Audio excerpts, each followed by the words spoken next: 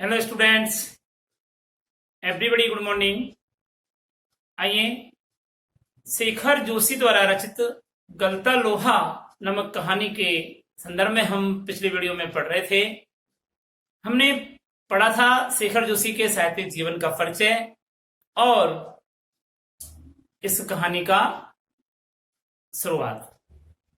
कहानी के बारे में लेखक ने कहा है कि समाज की जातिगत विभाजन पर कई कोणों से टिप्पणी करने वाली यह कहानी इस बात का उदाहरण है कि शेखर जोशी के लेखन में अर्थ की गहराई का दिखावा और बड़बोलापन जितना ही कम है, वास्तविकता अर्थ गंभीरता उतना ही अधिक दिखाई देती है। लेखक की किसी मुखर टिप्पणी के बगैर ही मुख से निकाली गई प्रमुख टिप्पणी, मुखर टिप्पणी के बगैर ही पूरे पाठ से गुजरते हुए हम यह देख पाते हैं कि एक मेधावी, बुद्धिमान, प्रबल बुद्धि, तीव्र बुद्धि वाला व्यक्ति, किंतु निर्धन ब्राह्मण सेवक मोहन किन परिस्थितियों के चलते इस मनोदशा तक पहुंचता है जहां उसके लिए जातीय अभिमान केवल बेईमानी हो जाता है। यानी जातीय अभिमान उसके लिए मायना नहीं रखता, बेईमानी है, उसके साथ न्याय नहीं कर रहा है। सामाजिक विधि निषेधों को ताक पर रखकर वह मोहन जब धनराम लोहार के ऑफर पर बैठता है, उसके फूकने पर बैठता है, यानी उसके काम करने के लिए जो उसकी दुकान पर बैठता है, उसके काम में भी मतलब बैठने के लिए उलझन ऊहापोह बनी रहती है, उसके काम में भी उसकी कुशलता दिखाता है। मोहन का व्यक्तित्व जातिगत आधार पर निर्मित झूठे भाईचारे की जगह मेहनत कश लोगों के सच्चे भाईचारे की प्रस्तावना करता प्रतीत होता है, मानो लोहा गलकर एक नया आकार ले रहा हो। इसलिए इस कहानी का नाम गलता लोहा रखा है लेखक ने। तो देखिए, कहानी अब प्रारंभ हो रही है। मोहन के पैर अनायास ही शिल्पकार टोले की ओर मुड़ गए।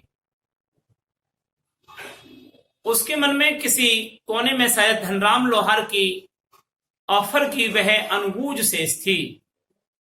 धौंकनी, ऑफर यानी धौंकनी, जो हवा भर करके जो चलाया जाता है यंत्र, जिससे आग में तपन आती है और लोहा गल जाता है, उसे कहते हैं धौंकनी। ठीक है, तो मोहन के पैर अनायास ही शिल्पकार टोले की ओर मुड़ गए। उसके मन के किसी कोने में शायद धनराम लोहार के ऑफर की वह अनुभूज शेष थी, जिससे वह पिछले 3-4 दिनों से दुकान की ओर जाते हुए दूर से सुनता रहा था।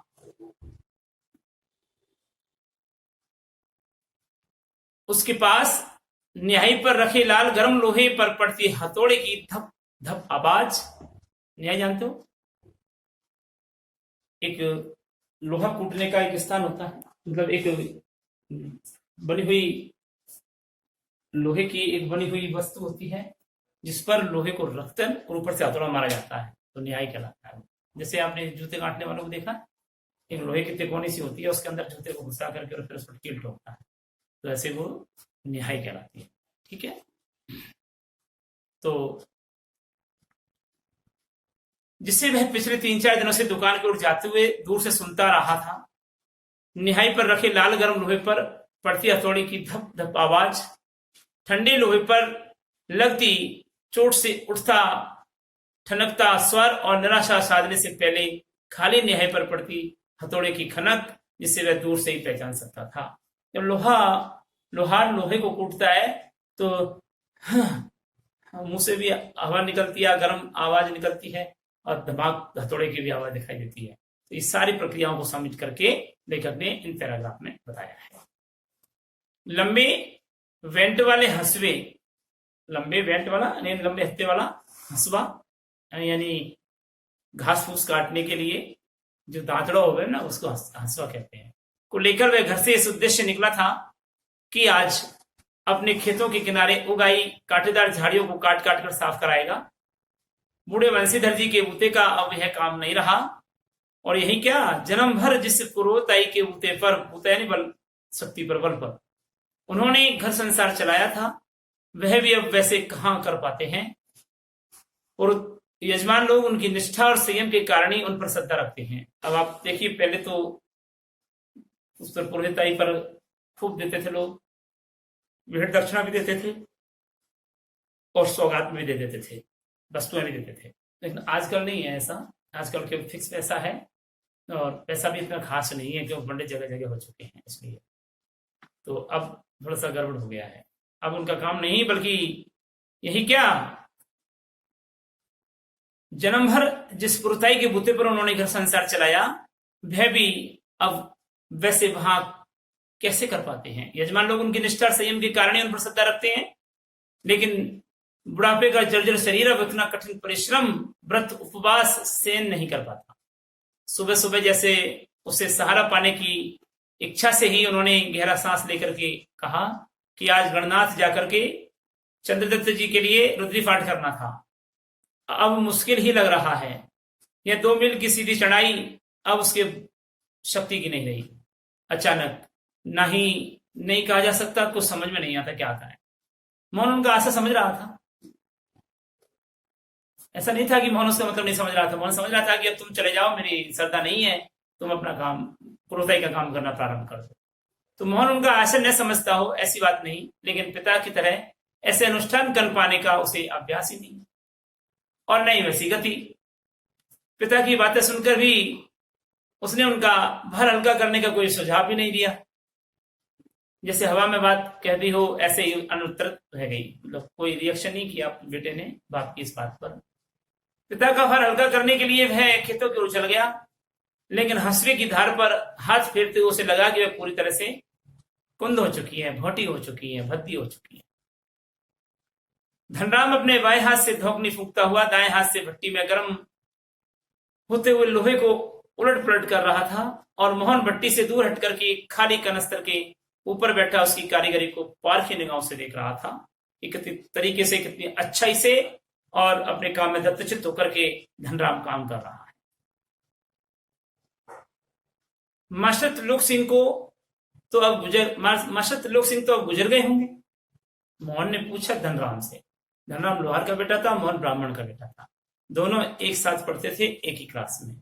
मास्टर त्रिलोक सिंह से वो डरा करते थे, बहुत बुरा मारते थे वो, इसलिए तो मोहन ने अपने मित्र से पूछा कि मास्टर त्रिलोक सिंह तो अब गुजर गए होंगे। वे दोनों अब अपने बचपन की दुनिया में लौट आए।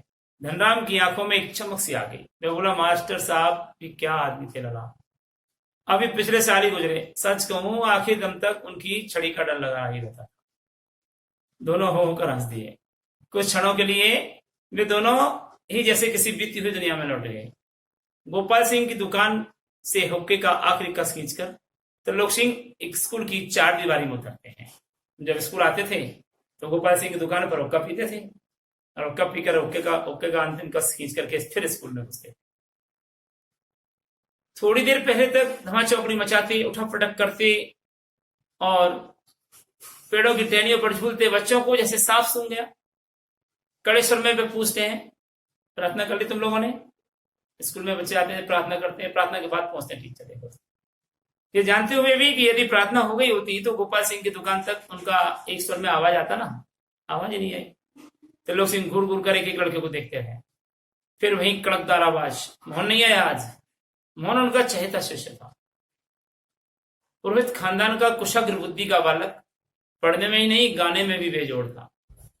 त्रिलोक सिंह मास्टर ने उसे पूरे स्कूल का मॉनिटर बना रखा था।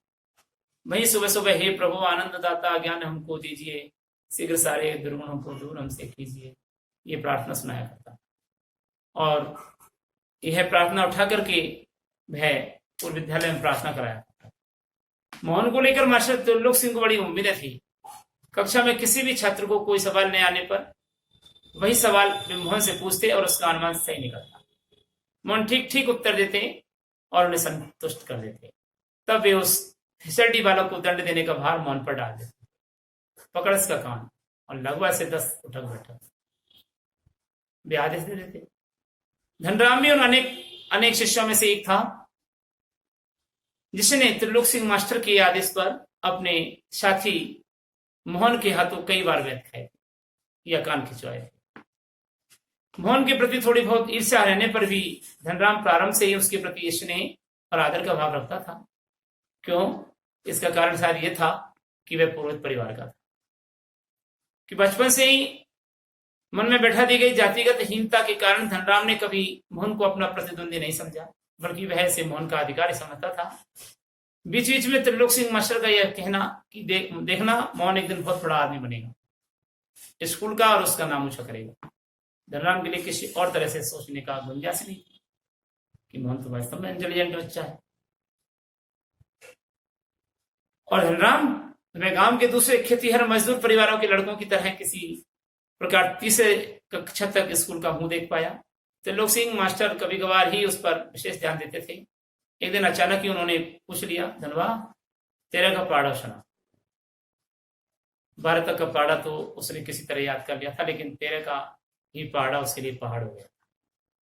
13 एकम 13, 13 दूनी 24, छठा 13 दूनी 12 गया था, 12 एकम 12, 12 दूना 24। जैसे वो बोला 13 एकम 13, 13 दूना 24, छठा एक शंटी उसके पिंडलियों में मार साहब ने लगा दी। मैं टूट गई। गुस्से में उन्होंने आदेश दिया, जा नाले से एक अच्छी मजबूत शंटी तोड़ करके ला, फिर तुझे 13 का पहाड़ा याद कर। त्रिलोक सिंह मास्टर का यह सामान्य नियम था कि सजा पाने वाले को ही अपने लिए हथियार की भी जुटाने की व्यवस्था करना होती थी। और स्पष्ट है, बलि का बकरा अपने से अधिक मास्टर के संतोष को ध्यान में रखकर टहनी का चुनाव ऐसे करता है जैसे वे अपने लिए नहीं, दूसरे को दंडित देने के लिए हथियार का चुनाव कर रहा हो, मजबूत लेकर के आता। धनराम की मंदबुद्धि रही हो या मन में बैठा हुआ डर कि पूरे दिन घोंटा लगवाने पर भी उसे 13 का पहाड़ा याद नहीं हो रहा था, छुट्टी के समय जब मार साहब ने उसे दोबारा पहाड़ा सुनने आने को कहा तो तीसरी सीढ़ी तक पहुंचते पहुंचते मैं फिर लड़खड़ा गया। 13 कम 13, 13 दूना 26, 13 थी 39, और फिर इसके बाद में गड़बड़, फिर लड़खड़ा गया। लेकिन इस बार त्रिलोक सिंह ने उसके लाए हुए वेद का उपयोग करने की बजाय जबान की चाबुक लगा दी। तेरे दिमाग में तो लोहा भरा है रे, विद्या का ताप कहां लगेगा इसमें। अपने थैले से 5-6 दरातियां निकाल करके उन्होंने धनराम को धार लगा लाने के लिए पकड़ा दी। किताबों की विद्या का ताप लगाने की सामर्थ्य धनराम के पिता की नहीं थी। धनराम हाथ पैर चलाने लायक हुआ ही था कि बाप ने उसे धोंकनी फूंकने का शान लगाने के काम में उलझा दिया कि धार लगाओ और धोंकनी फूंको। यह था। और फिर धीरे धीरे हथौड़े से लेकर घन चलाने की विद्या सिखाने लगा। फर्क इतना ही था कि जब मास्टर त्रिलोक सिंह उसे अपनी पसंद का वैद चुनने की छूट देते थे, वहीं गंगाराम इसका चुनाव स्वयं करते थे। और जरा सी गलती होने पर छड़, वैद, हत्ता जो भी हाथ लग जाता था उसी से अपना प्रसाद उसको दे देते। एक दिन गंगाराम अचानक चल बसे तो धनराम ने सहज भाव से उसकी विरासत संभाल ली और पास पड़ोस के गांव वालों को याद नहीं रहा कि वे कब गंगाराम के ऑफर को धनराम का ऑफर कहने लगे। प्राइमरी स्कूल की सीमा लांघते ही मोहन ने छात्रवृत्ति प्राप्त करके त्रिलोक सिंह मास्टर की भविष्यवाणी को किसी हद तक स्वीकार कर लिया और साधारण हैसियत वाले यजमानों की पूर्वताई करने वाले बंसीधर तिवारी का हौसला बढ़ गया और वे भी अपने पुत्र को पढ़ा लिखा कर बड़ा आदमी बनाने का सपना देखने लगे। पीढ़ियों से चले आते पैतृक धंधे ने उन्हें निराश कर दिया कि दान दक्षिणा के बूते पर वे अब किसी तरह से अपना घर नहीं चलाना चाहते थे। वे अपने परिवार का पेट जैसे तैसे भर रहे थे। मोहन पढ़ लिखकर वंश का दरिद्रता मिटाएगा, यह उनकी हार्दिक इच्छा थी। लेकिन इच्छा होने पर भी वही सब कुछ नहीं हो जाता। आगे की पढ़ाई के लिए जो स्कूल था वह गांव से 4 मील दूर था। 2 मील की चढ़ाई के अलावा बरसात के मौसम में रास्ते में पड़ने वाली नदी की समस्या अलग थी। तो भी बंसीधर ने हिम्मत नहीं हारी और लड़के का नाम स्कूल में लिखवा दिया। बालक मोहन लंबा रास्ता तय कर स्कूल जाता और छुट्टी के बाद थका मांदा घर लौटता तो पिता पुराणों की कथाओं में से विद्यावशिनी बालकों के उदाहरण देकर के उसे उत्साहित करने की कोशिश करते रहते। तो कहने का मतलब ये हुआ कि बंसीधर की इच्छा शक्ति, महत्वाकांक्षाएं प्रबल थी और वह चाहता था कि उनका बेटा अच्छी नौकरी करे, पढ़ लिख करके विद्वान बने। तो ये था आपका आज का अध्ययन। अगले वीडियो में हम आपसे पुनः मुलाकात करेंगे। आज का गृह कार्य देख लीजिए। धनराम को मोहन के किस व्यवहार पर आश्चर्य होता है, और धनराम मोहन को अपना प्रतिद्वंदी क्यों नहीं समझता है। अभी बताया प्रतिद्वंदी तो इसलिए नहीं समझता था कि मैं नीची जाति का हूं, ये ऊंची जाति का है, पुरोहित पर का है, वास्तव में दिमाग भी अच्छा होगा, नीची जाति के लोगों में दिमाग नहीं होता, ऐसा माना जाता था, है ना। तो इसलिए वैसे ही प्रतिद्वंदी नहीं समझता था। तो ये दोनों प्रश्नों के उत्तर आपको देने हैं पीडीएफ के माध्यम से। अगले वीडियो में हम आपसे पुनः मुलाकात करेंगे। तब तक के लिए हम आपसे विदा लेते हैं। नमस्कार।